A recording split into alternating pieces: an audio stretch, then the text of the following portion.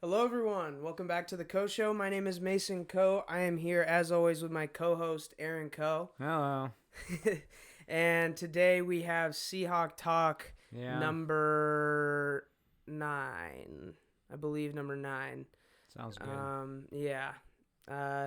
Obviously, yesterday, the Seahawks suffered a very embarrassing loss that leaves us with, a few questions.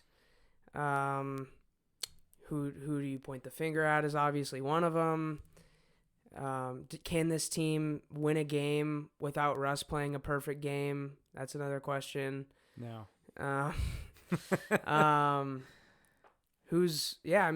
For me, the main one is, why is Ken Norton still the defensive coordinator?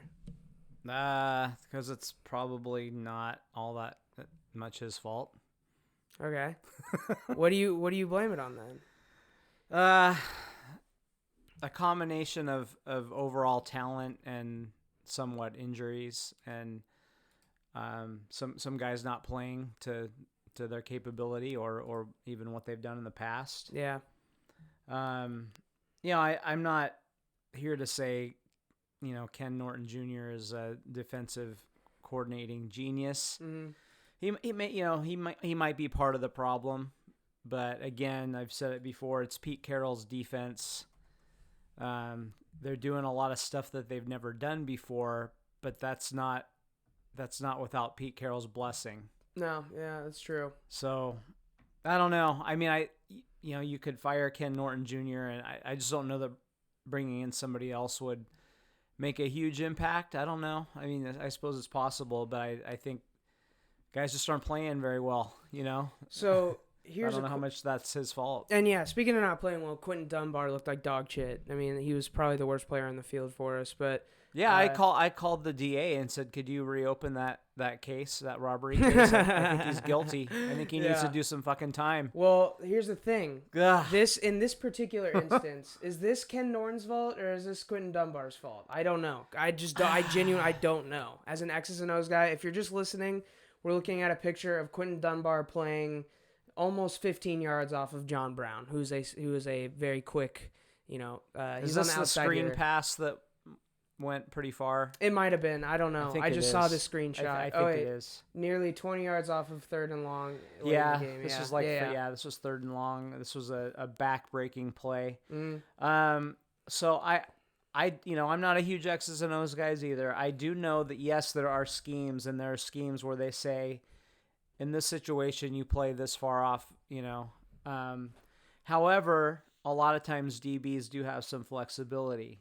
So it could be based on the alignment that they see. It could be based on, so they do have in some cases some freedom. I don't know if he had freedom or not, but also look at the first down marker. The first down marker is 5 yards behind Dunbar. So he's probably thinking, now, first of all, you still don't want to give up a 10-yard completion there because they're on the fringe of field goal position right there. So they're at the 35. 35. So you got a 49-yard field goal something or something. That. 40, around there. So actually a little further than that, right? Probably 51, 52-yard field goal. Yeah. So you ideally you don't want to cut that down to a 42-yard field goal. 52s are, I don't know what the percentage is, but it's worse than from 42. So, yeah. And at this point you need to be a little aggressive and try to keep all points off the board. So, I don't like that cushion, but the whole point of it is I got to keep it in front of me and make sure they don't get a first down so we can get the ball back and go score. That sounds like the Trey Flowers philosophy, which is ironic because he actually had a pretty good game. He was not terrible. He was maybe mediocre. Really the only time I really noticed him is when he had decent coverage. Yeah. Most of the time it's, oh my God, again? Like, you don't even have to, you can just hear the commentator say, caught for 10 yards, and you just know it's Trey Flowers catching a guy and immediately tackling him. So either Dunbar, there's only two things. So either either I know he's had a sore knee, so either that knee is really bad and he's playing. They told him just, we know you're not full speed, just, try to be serviceable out there. Or he just has gotten a lot worse than we heard that he was. I mean, I heard all these glowing reports about him. He's rated high in PFF, last year. But he has really played pretty poorly all season. And yesterday was definitely the worst of it. And they were targeting him big time. Yeah. Yeah. Yeah. So overall, the defense, you look at the amount of points and you just think, here we go again. Most ever against the Pete Carroll team. I did not realize that. Seahawks, yeah. But weirdly enough, that's not the full story because they got pressure. Yeah. Which was really the concern heading into the season. Yeah. Dunlap and Adams being back helped a ton. The thing about Jamal Adams, though, is I hope I saved it. So Jamal Adams is ranked 78 out of 92 safeties in coverage, according to PFF. Now, PFF has done some wacky shit. Yeah. And also, especially when you're talking about DBs, it's a lot harder to tell what people are supposed to do in certain situations, especially with Jamal Adams, who's like a quote unquote safety. He really just plays football. You don't always know what their responsibilities are, and you may not know that unless you're the defensive backs coach. Yeah. Or Ken Norton Jr. But my eyes tell me that that's probably not too far off. He's been terrible in coverage. And this is Dove Kleiman? I think Dove Kleiman. I think that's how you pronounce it. I just want to credit him with the tweet. Yeah. Okay. Yeah. So he's also yelling at Pete Carroll on the sideline here in this video. that didn't bother me too much because I think what he was doing there, and I know some fans will look at that and he's disrespecting Pete. I don't think he will. I think he was fired up because I think he had just made a sack but did he have a sack in the game? He did. I forget. He did. He had a big sack. That might have been right after that sack or after a tackle for loss. I remember that. And I think he's basically like, yeah, send me, He's like pumped up, like I want to go, I want to go get him. And Pete Carroll nods and points at him. Yeah. So it's not, So that doesn't, videos, it's just honestly, we need more guys.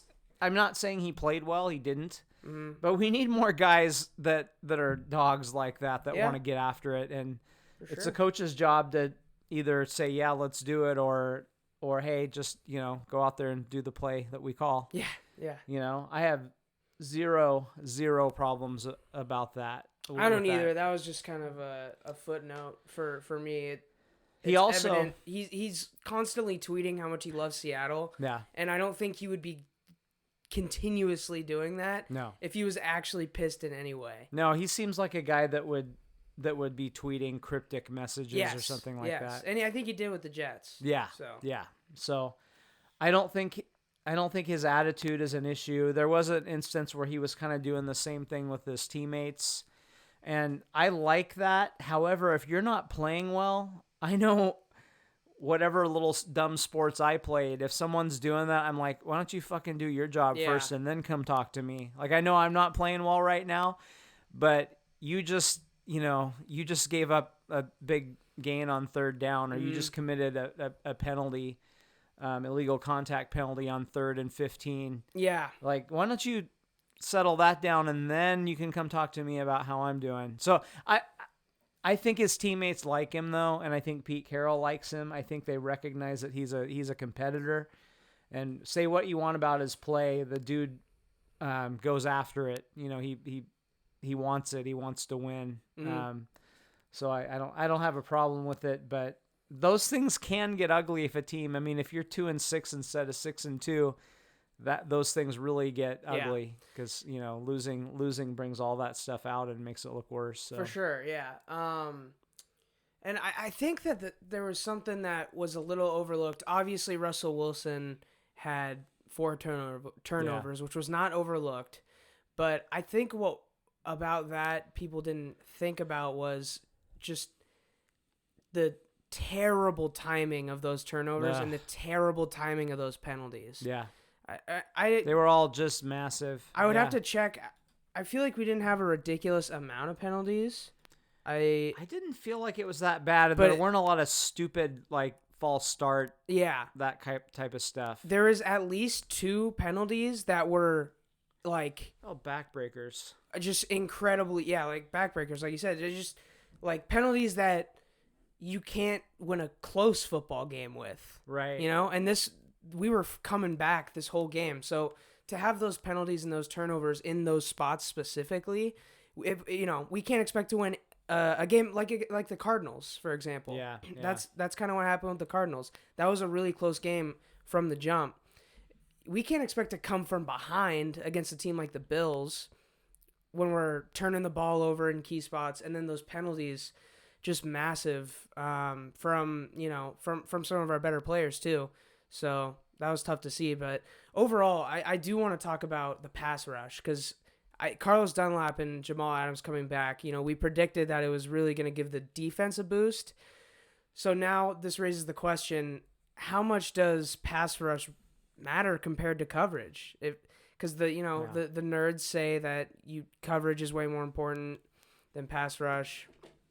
Oh, they go with a chicken and egg. Yeah, tape heads say you need a big pass rusher, but obviously you need a little of both, without question. But when you see, I think this was the best pressure we got in all season. Yeah, and we gave up the most points in Pete Carroll's tenure, and we had supposedly the best safety in the league back.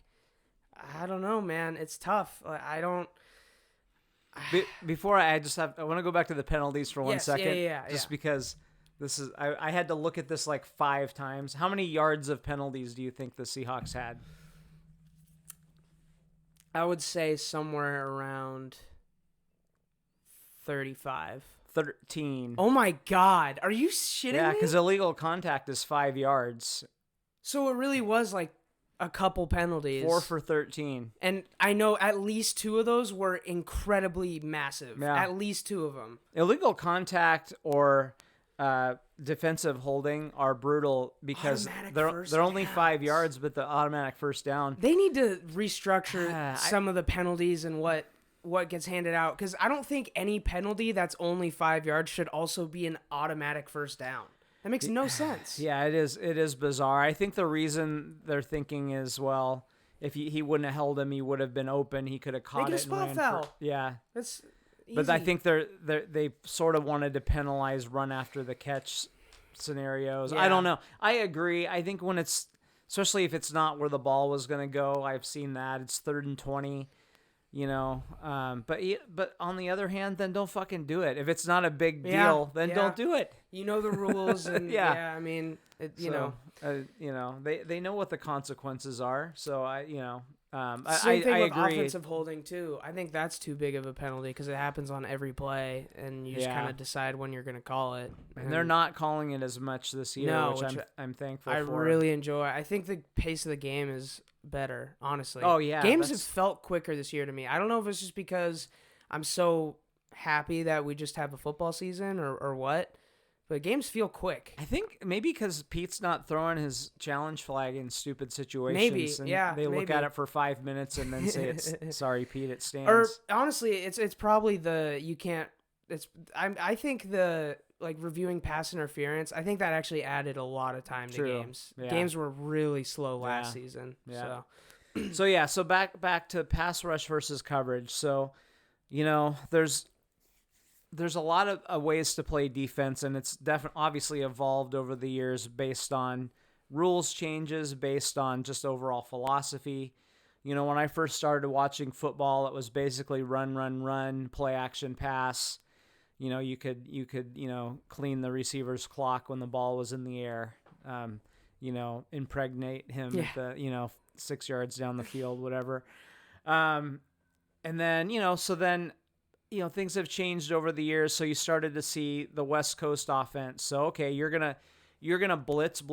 Well, we're gonna run slants, and we're gonna catch a 6-yard pass and run after the catch, and that's how we're going to score. So, that was a lot of Bill Walsh and some others that invented that offense. So Then the defensive guys are like, okay, how the fuck do we stop this? They are bleeding us to death with these 6-yard. The ball's only in the air for 6 yards, and they're getting 20 yards. Jerry Rice is destroying us. So, what if we drop a fat guy back and fill up that zone and just take away the slant?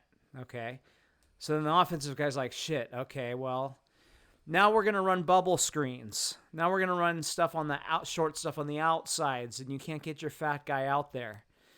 So you're seeing a lot more bubble screens, crossing patterns, stuff like that. So it's evolved over time, and a lot of those schemes are designed to take away so the blitz doesn't kill you as often, or it might kill you some, but you're gonna make them pay for it. So what we saw in this Buffalo Bills game was a little of both. So yeah, Seahawks had 7 sacks. That's awesome.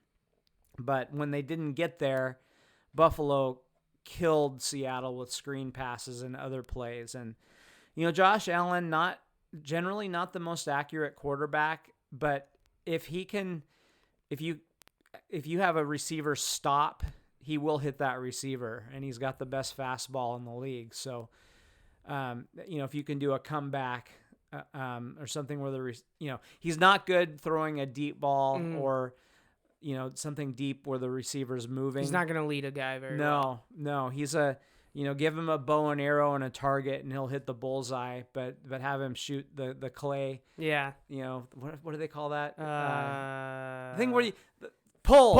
Yeah. Yeah. Like he's not hitting too many of those. Yeah. So the Seahawks gave him a lot of stationary targets because they were 10 yards behind the defender. So the Seahawks are, fans, I'm guilty of it too. We want to see blitzes. We want to see something happen, and we hate the ball getting caught on 3rd and 6, it gets caught 8 yards, and the corner's 3 yards behind that. We hate that. Why don't we blitz? He had too much time. Yeah, you can do that, but the flip side of that is if you blitz, there's open zones, and offensive coaches, they'll watch your tape and they know where you're vulnerable, and they will hit those. Yeah. So we saw a lot of that. So yes, 7 sacks, great, but they still gave up. How many passing yards did they give up? Ooh. Yeah, while you're looking for that, one thing I wrote down is they just looked slow. In general. They did. Like there's a few plays where Bobby just couldn't catch up to a guy quite. Yeah. Like last week I talked about it being great that Bobby showed a sign that he's still a physical freak. Did not look that way this week. And on a good field. Yeah. It was a nice day. Mm-hmm. He shouldn't have been. Short it sleeves. wasn't 20 degrees. Yeah. It was. I don't get that. A couple of guys, I thought KJ looked a little slow again at times. Mm-hmm. Josh Allen threw for 415 yards, and you sacked him 7 times for 29 yards. So, 386 net passing yards. The Seahawks are on pace to shatter the all-time most passing yards allowed in a season. And that's a tweet I have pulled up right here. There you go. Yeah, Andrew Siciliano, they says they are they're pinned Oh, to shatter the all-time record by nearly 1,000 yards. Yeah. So 2011 Packers gave up 4,796. We are on pace for 5,794. So 998 yards more than the record. Oof. Yeah. And also, one thing that Pete said that was a little concerning, because it seems like Pete has taken to analytics much more this year. Mm-hmm. However, he said he did not expect them to pass this much and didn't expect them to, quote, abandon the run. If you look at early down passing above expected going into the season, we are number 1 because it was insane, the turnaround. Yeah. The Bills are number 2, and they are not that far behind. Wow. So Pete, and I'm happy they just re-signed him because he's taken I guess criticism about the offense and realized maybe I shouldn't have as much of a hand in it. Maybe if I'm going to have a hand in it, I should listen to analytics a little more. But it's concerning when your head coach says something like that. Yeah. And it's an easy thing to find. It's a really easy thing to. It's not like very complicated analytics. It's easy shit to find.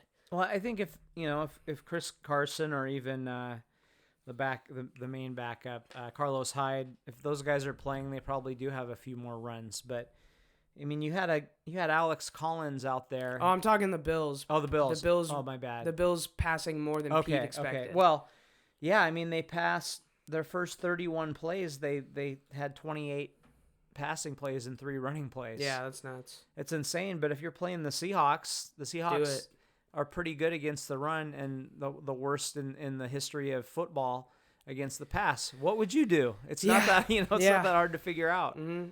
And I don't know if there just wasn't. Again, I'm not an X's and O's guy. I don't know if there wasn't an adjustment. I don't know, because I guess he's very sturdy on wanting to run that base defense. I don't know.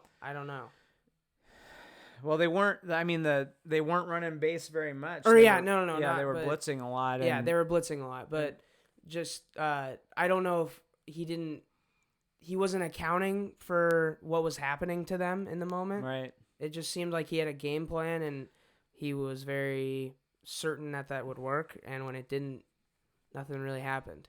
Yeah, I think if you're gonna blitz, you need your corners to play. To play with confidence and play well, and that didn't happen. Standing 15 yards off a guy is not confidence. Yeah, and then I think that's the opposite of confidence. Yeah, you're being a bitch right there. Yeah, at the bar. yeah, like, you're for scared. real. You're playing scared. Yeah, you didn't even pull a gun on those people when you were robbing them with your friend. So. He got under the table. Yeah. Oh man, but it's hard to know. I mean, if they don't blitz, they don't get pressure. If they do blitz, then sometimes they get pressure, and then sometimes they give up plays. So it's tough. Here's the thing, though. We're talking a lot about the defense, and the defense is really bad, but they have 2 losses. And this is going to be the story of 2020. Yeah, it's the defense, but you know what the real story is? Right now, when Russell Wilson has 3 or more turnovers, 0-2. They're 0-2. Yeah. When he plays like an MVP, they are 6-0. Yep. So, I only see one of those things that give me some confidence that they can go far, and that's. I'm sorry, but the defense is what it is. It may get a little better. You get the. I mean, it's got to get better than this game. Yeah, it goes up from here, and if it doesn't, I don't want to watch football anymore. Not just Seahawks games, football. Yeah, maybe Snacks gets in there and helps you a little bit. You get your cornerback who hasn't played all that well either. What's his name? Shaq. You get Shaq back. Hopefully he plays at least a mediocre level. I was hoping for a lot more from him this year, but seems to be the best we can get right now. Yeah. So that's going to help. And there is some, they do need to gel. There is some hope that some of the mistakes, the mental mistakes, will get better. But even if all those things happen and no one else gets hurt, there's still going to be, their top level is, 20th in the league. Yeah. They're going to be on the bottom end of mediocre. So yeah, it's going to take Russell Wilson not turning the ball over, and it's amazing to me that he turned it over 4 times, and they were still in the game. I know. See, that's what despite the defense. That's what I was saying. I think because of the turnovers, we shouldn't have won the Cardinals game. Ultimately, I think we were the better team in that game. But when you have 3 turnovers, you just can't expect that. You can't expect to win. This game, I am shocked that we lost by 10 and came within. Was it a 1-possession game at one point, or did they not? It was quite get 27-20. Yeah. Okay. Yeah. So it was, and 28 for 41, 390, and 2 touchdowns. I mean, that's he had. Here's the thing, though. He had another pick in the end zone. Yeah.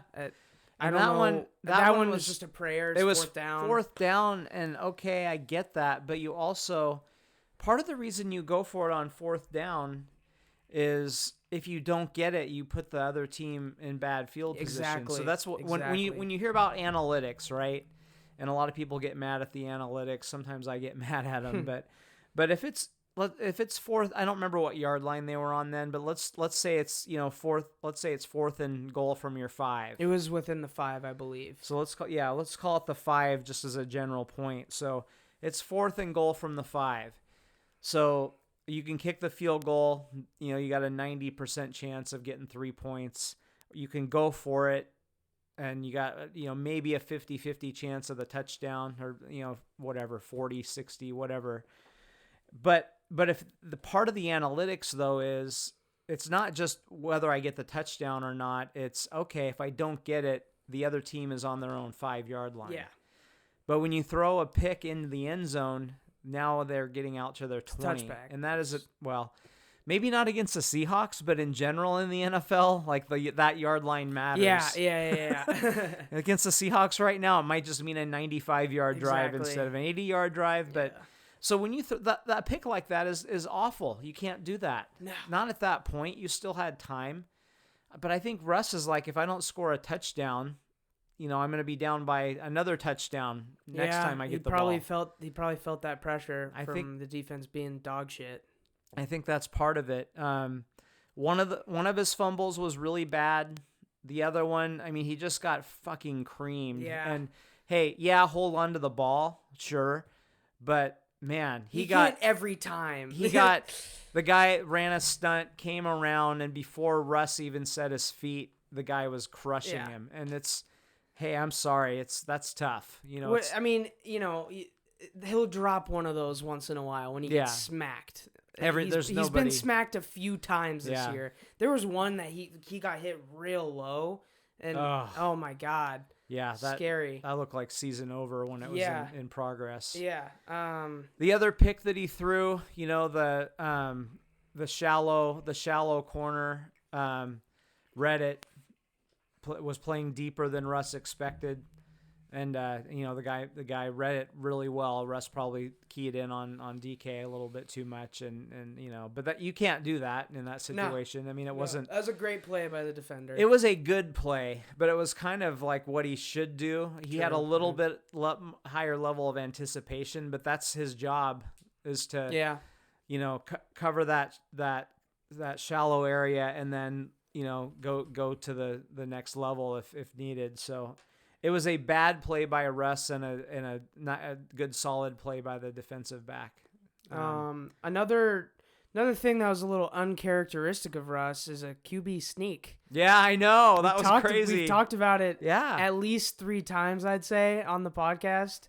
And I believe Brock Heward said he doesn't even remember him ever doing it on the goal line. Okay, on the goal line. I was looking at Twitter after it happened, and there was even people who had asked, journalists who had asked, when was the last time Russ did a QB sneak? The replies didn't even really know. Like there was one against the Packers or something. I don't remember, but years and years and years ago. I don't remember it ever. No, I'm sure it's happened. I can't I'm picture sure it's it in my happened, head. but I've been saying this for years. Yes, yeah. Especially post Marshawn era. If it's 4th and 1 or 3rd and 1, why not have him do it? He's Fuck Travis Homer, dude. Yeah. That's another thing we'll talk about. Yeah. But it's been. I don't know why I don't know if they feel like for whatever reason he's not good at it, or if they don't, they just don't. But Tom Brady sneaks all the time. Tom Brady has probably 100 sneaks or more in his career. Russ, I doubt he has.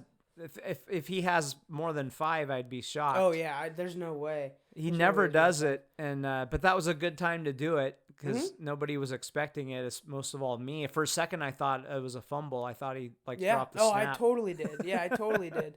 And I mean, if we're not giving the ball to Travis Homer on 3rd and short, then I'm happy. There are plays. I mean, I get it's Homer, DJ Dallas, and Alex Collins. Uh-huh. And DJ Dallas got shaken up there. He got rattled pretty he's hard. Not doing very well either. He's not? I don't think so. Okay. He's better than Travis Homer. So, yeah, I mean, but that's the thing. Travis Homer's on the fucking field at all. I don't want him. I don't want to see him on my TV. Yeah. Like, you know, give him like 1 carry a game. Like I said this last week. Give him 1 to 2 carries a game on plays, you know, plays that maybe you're expecting a pass, just to set it up that it's not 100% going to be a pass play when he's in the game. Because I get he's a good pass protector, so I want him in the game for that. But why are we? I don't know how many carries he got, but he has six carries. What is he doing getting 6 carries? He got 16 yards out of those. Oh my fucking God, dude. He getting 6 carries? Here's the funny thing, though. DJ Dallas had 31 on 7. That's not even... Travis Homer had 6 carries for 16 yards. He had a long of 11 yards. That means he had 5 5 carries for 5 yards. That's like Saquon Barkley does that, except he has a 95 yard. Right, yeah. Instead of, yeah. Yeah, I don't get it. You know, DJ Dallas is a rookie who was drafted in the 4th round. I had high hopes for him. I think, you know, I'll just eat this right now. But I predicted that next year he'd have 1,000 yards. Oh yeah, that's not looking. He's gonna have to get 500 carries to get 1,000 yards. great. The way things are going in his career. I mean, he had 7 for 31, 4.4 yards. I mean, he did okay. Also, we should mention Pete Carroll signed an extension. He did, which going into this year, I would have been extremely indifferent. I would have been like, I don't know. But the fact that he is at the very least handed the keys to Russell Wilson to let him cook, I'm 100% on board with it. 100% on board with this extension. Yeah, it's funny, you haven't gone through a dark time with the Seahawks yet. See, yeah, that's the thing. But, probably shouldn't have let Lou Piniella go. Or I mean, he wanted to leave, but you know what I mean? Yeah. There were people who wanted Piniella gone, and look where we are. Right. Yeah. So be careful with that. I get that there are things about, but well, no, I have matured now. Yeah. The Miami Dolphins were excited a long time ago when they hired one of the best college coaches of all time. His name was Nick Saban. Mm-hmm. He was a disaster at the NFL level. So, I mean, anyway, I get a little defensive when people want Pete gone, because I feel like it's just ridiculous to like, who you going to get? Tell me who you're going to get. Yeah. And is it a sure thing? Is it someone who goes to the playoffs virtually every year? Nah, the person I would probably say is Eric Bieniemy, but it's Andy Reid's offense. So Eric Bieniemy, I mean, maybe, but no, I know. I agree with you right now. He could be horrible. I'm just tossing Nobody his name out knows. there. Yeah, no, I agree with that. Yeah. Yeah, that's a coin flip. Because it's kind of the same argument with Ken Norton, but the other way is it's Andy Reid's offense. So I mean, I would hire if Pete retired. Yeah, I'll hire Eric Bieniemy and see what he's got. Yeah. But I ain't firing Pete Carroll. No. To get a coin flip. Yeah. At least with Pete, you're going to be competitive every year. So. Also, what I did not realize is we completely shut down the run. Yeah. Well, Zach they didn't Moss, try. I mean, yeah, they only had 19 carries and 7 Josh Allen carries. I don't think that's actually. If a quarterback gets tackled behind the line, is it always a sack? It's funny. They get so in college. Every time the quarterback gets tackled, it's a run. It's a run, but it's never that way. But in the NFL, there's a little bit of judgment call. Okay. But if a quarterback, let's see, if Josh Allen, we had 7 sacks though. Yeah, okay. But it doesn't count. That doesn't count. Oh, it doesn't. Yeah. So in college it does, but in the NFL, if Josh Allen drops back and runs backward for 50 yards, that is a team rush. It doesn't count against him.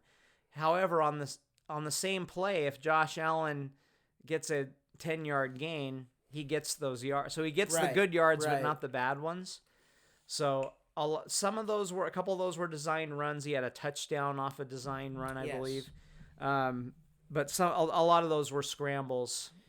Yeah, okay. There weren't many. I thought they might have more design runs with him, but they really didn't do that very much in this game. They have, especially in past years that he has had quite a few of those. Yeah. Either way, they went 19 for 34. Their longest carry was 7 yards, and I believe that might have actually been both of the rushing touchdowns. Yeah. So, other than those specific plays, completely shut the run down. Had a great pass rush. It's just, I mean, man, that's a bad look for the DBs. That's a bad look. If everything else was so solid and this was like the worst Pete Carroll defense game of all time, oh yeah, stinky. Yeah, and I here's the crazy thing. I thought, boy, I was so excited. I mean, people were saying these guys might be as good as the Legion of Boom. Yeah. And I wasn't there. I'm glad I was close. I was like, they're going to be really good. Yeah. Like they're not them, but they're going to be really good. But if you look at it, I'm forgetting his name because he hasn't played for a couple of weeks and he hasn't been that good anyway. The twin, the DB, Shaq Griffin. Yeah, thank you. Shaq Griffin has played below what we expected. Yes, he was a Pro Bowl alternate last year. Mm-hmm. He played really well last year. This year, he's been quite a bit below that. Yeah. Not terrible, but nowhere near that. Trey Flowers is basically, he is what he is. He is no better or worse than he was last year. He might be a little worse, maybe. Quentin Dunbar, way worse than we expected. I had high hopes for him. Again, I hadn't really seen him play, but just based on what the so-called experts said, I thought he was going to be right there with Shaq for our best corner. And it was analytic people and tape heads that were saying both. Quentin Dunbar was going to be good. Both, and just in general that the defense or the secondary was going to be good. And I think it's really weird seeing this. Free safety, number 37, right? Quandre Diggs. So he, I don't think he's been as good as last year either. I don't know if he's a little dinged up or what, but I don't think he's been as consistent either. I don't think so. And then Jamal Adams, of course, he's been in and out of the lineup. He's been awful, and I had heard that he wasn't very good in coverage before he came in, but you're willing to live with that based on his tackling and pass rush. And I think tackling and pass rush have been really good with him for the most part, but the coverage has been worse than even I could have imagined. Mm-hmm. You showed the number. Yeah. I mean, when you either are getting beat every time or committing a penalty on 3rd and long, that's it can't get much worse than that. No. He seems like a linebacker, an undersized linebacker to me. He has that mentality and just the way he plays. Yeah, I'm afraid. Here's the crazy thing though. Despite all this stuff that we're saying, they are still tied for the best record in the NFC. So insane. And it is so insane. It is so. I don't know if you wanted to go into the overall. I have more things to say about the game, but I watched Buccaneers Saints last night, and the Buccaneers were the best team in the league until kickoff last night, and they got destroyed by the Saints. Walked on.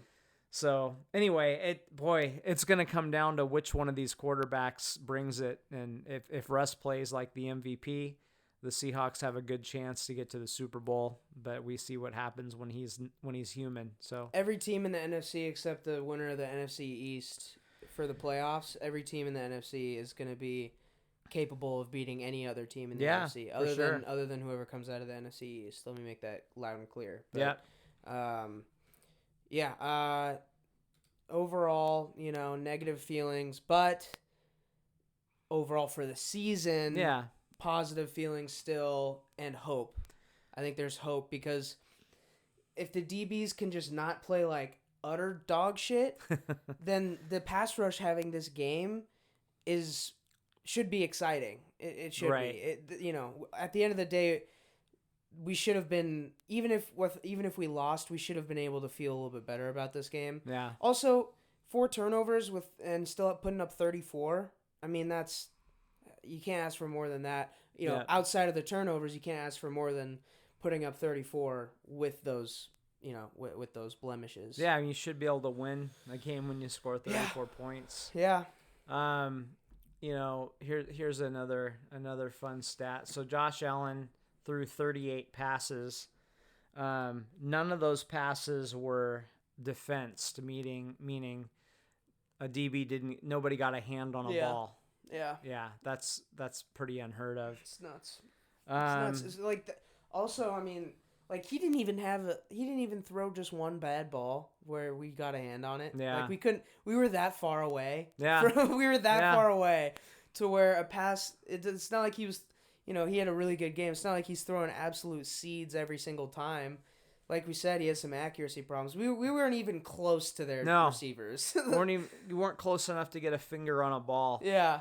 And redirect it enough to make a receiver drop it. Like that defensive lineman didn't stick a paw up there. Nothing. Some of the other I like you kind of alluded to this earlier, but there were too many runs by Homer and Dallas on key third downs. Yeah. I didn't like that. Yeah, I mean those were just I don't know. I mean this team still has a lot in front of it, but it's pretty tough to watch the defense play like this, and you just kind of don't feel like it may not get a whole lot better. No, it was so last game we started off with kind of a bad feeling and bad taste in our mouth just from the very first few drives. So when I was taking notes for this, I just wrote toast on first drive, then toast on second drive, and I was Collier with the horse collar. That was one of the penalties. Oh. That was on the second drive. Yeah. So and it looked like that was a great play, but is probably, and I know there was another guy there. That didn't bother me too much because he was probably going to score a touchdown. Yeah, he probably but that's just one of but that's what I'm just saying that's one of the I wasn't like pissed at Collier for it because he was just trying to make a tackle and he did make a good play getting to him, but that it was very key. But because that would have been third down. Yeah, I think that would have been third down and now it's first down. And, mm-hmm. But I wonder if that might have been the only way to get him down. Yeah. There was another, I forget who the other defender was. I don't know. But it looked like maybe the receiver had enough momentum to get into the end zone if he doesn't, say sometimes an offensive lineman needs to hold, right? Yeah. To not kill his quarterback. Mm-hmm. Sometimes you need to commit pass interference because you're going to get beat for 80 yards.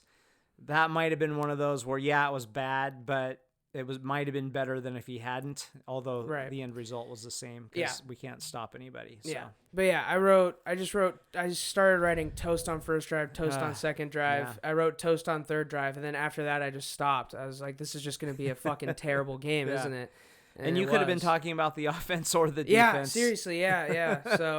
So I that's the second week in a row where they've come out pretty flat, especially on offense. The defense has been bad pretty much every game, but the last two games, I don't know how you come out flat in those situations. I think Russ, although he's putting up the numbers in this game, you could see him dropping his head a little bit, feeling the pressure before it was there a few times, and he did get hit a lot.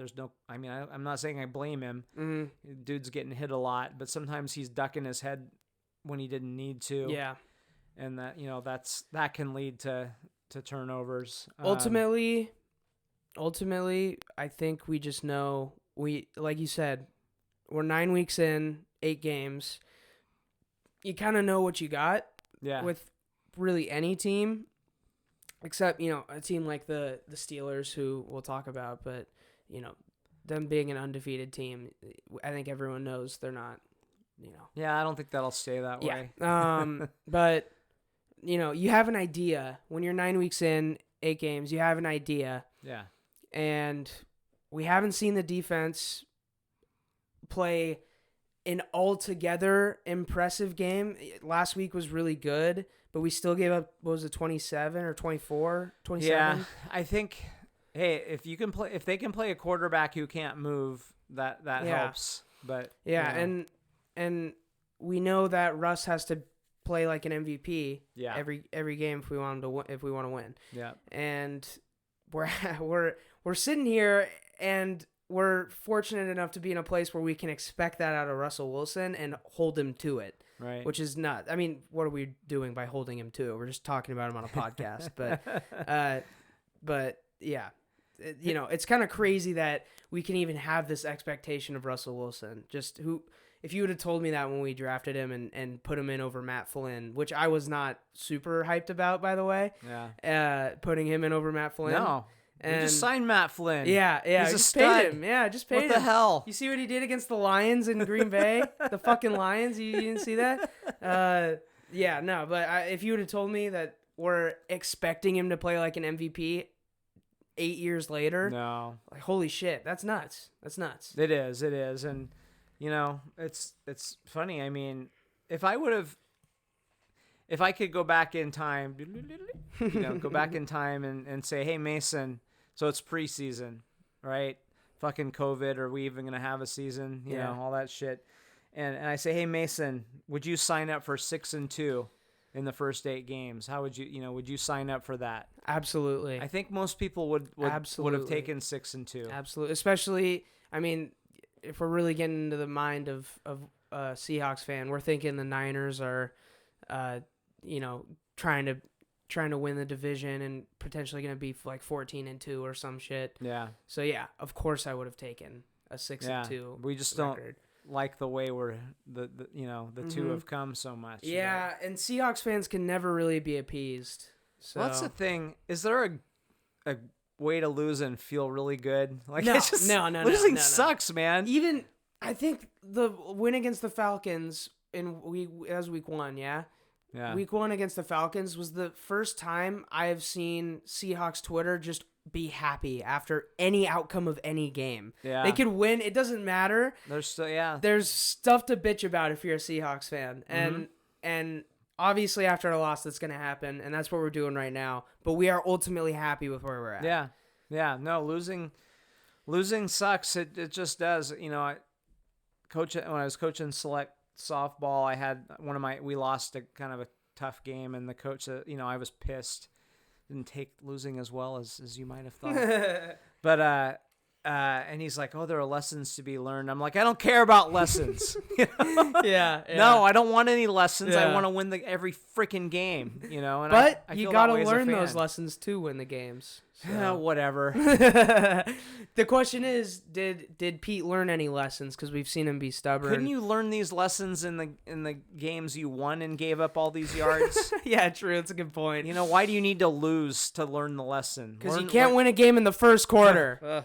You can't win a game in the second quarter or the third. Apparently, you can lose one. You can definitely lose one because we knew we lost by the end of the first. Well, I tell you, when it was 27-20, I started to think, are they gonna do this again? They were were just tickling my balls just to stomp on them. I knew it was happening, but I still kind of fell for it. But because they've come back, because they have, times. they've done crazy shit. So it's you can't write them off, especially when you got quote unquote MVP Russell Wilson. Tell you one thing I liked in this game, and I've liked the last couple of games, is DK Metcalf is showing me a little more, just a little bit more. I don't know. I'm wearing the jersey too. I'm wearing my fake China jersey I got at DK. I don't know how we didn't bring him up. Just continuously or continually being a bright spot. Which one do I use there? Continuously. You were an English teacher. I don't know. That was a long time ago. Yeah. Continually, I think. Continually being a bright spot in the offense. Top 5 wide receiver in the NFL. Don't fucking tell me otherwise, because what else? Who are the 5 above him? I don't know, and you don't either because you're wrong. So I don't know how we didn't talk about him. Yeah, I saw it. So last week he showed us the whole route tree, and he showed us some of that again this week. And then this game he did something that I've been critical of, and he finally he proved me wrong, and I hope he keeps doing it.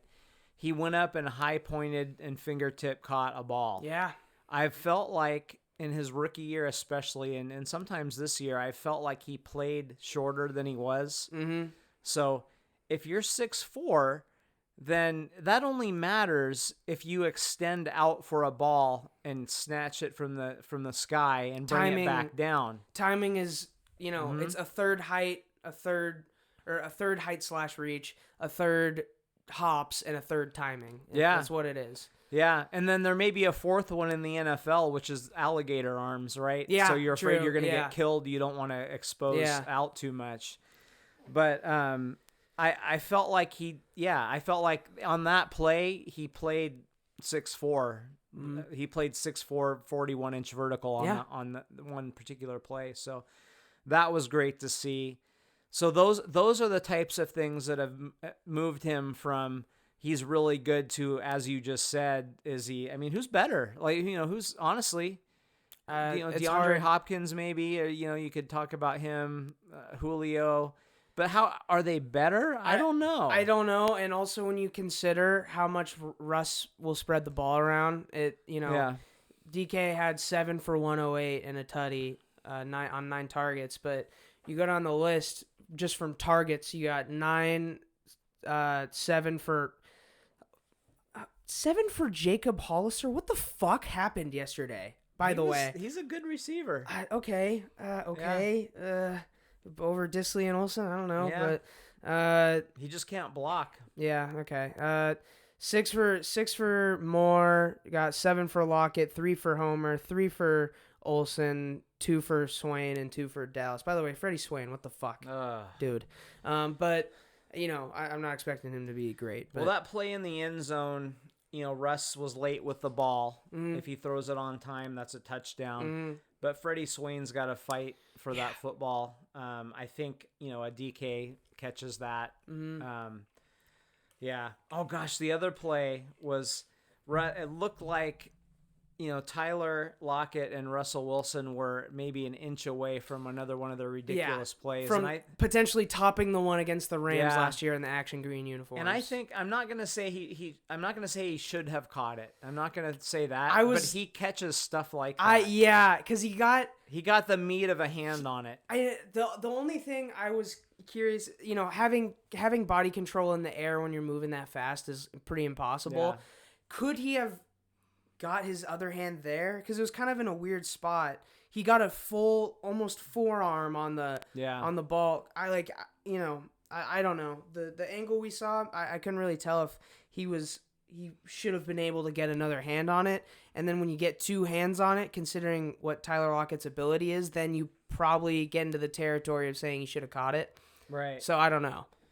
Yeah, I won't say he should have, but he could have. Yes. And that would have been ridiculous. It would have been. It's another one that it's a what if, what if he catches that? So that would have been insane. But yeah, again, I mean, that it felt like they got destroyed, but they had legit chances to be in the game in the fourth quarter. Yeah. So, and I felt like going to Buffalo in November was going to be tough. Oh, yeah. I looked at the schedule and a 10 a.m. start, which, again, that doesn't seem to hurt this team. I don't know why. That's a non-factor. But I don't know. I expected this to be a loss. Now, going into this week, I thought it might be a win. Considering the weather and how I'm like, team it's going to be 65 degrees and... Okay, and I think our offense is going to be better than theirs, but I thought this might be a lower scoring game. Yeah. No, it was not. No, really wasn't. So, anything else you got? No, I just I was dismayed yesterday. I think sometimes if we did this podcast after the game, it would have a very different tone and lot more F-bombs. Yeah, we should do that sometime. Just if we're very pissed or very excited about a game, we should come straight upstairs and just hit it. Yeah. So it would have been, but when I have a few hours or especially a full day to kind of think about it, it was a bummer. But I feel pretty good about the team overall. Their defense. Hey, we're just gonna have to. These are the types of games we're gonna have to get used to. Mm-hmm. And again, the NFC. There's really 4 teams I think that could take it, and we'll just have to see where it goes. For sure. Yeah. Well, if you liked what you heard, leave it a like. And why wouldn't you? Yeah, you definitely should. If you made it this far, it would be really weird if you made it this far and didn't like anything you heard. So if you made it this far, leave a like. Is that like a form of cutting? Like if you listen to this podcast? Yeah. I don't know. Yeah. Leave a like, subscribe. Mason Charles Coe, Aaron Coe 29 on Twitter. We've been kind of off it the last few days, obviously, last week or so. So we should be getting into the swing of the Twitter sphere a little bit more coming up. Ebook on Amazon, hardcover on lulu.com. Hopefully news to come on that soon. Yeah, thank you guys if you made it this far. Don't really know why, but you're dope and you're nuts too. All of those things. Yeah, thank you. dope, nuts, insane, sick, friggin' sick. Yeah, I need to shit, so let's go. Bye-bye. Thanks for the update. Yeah. Bye.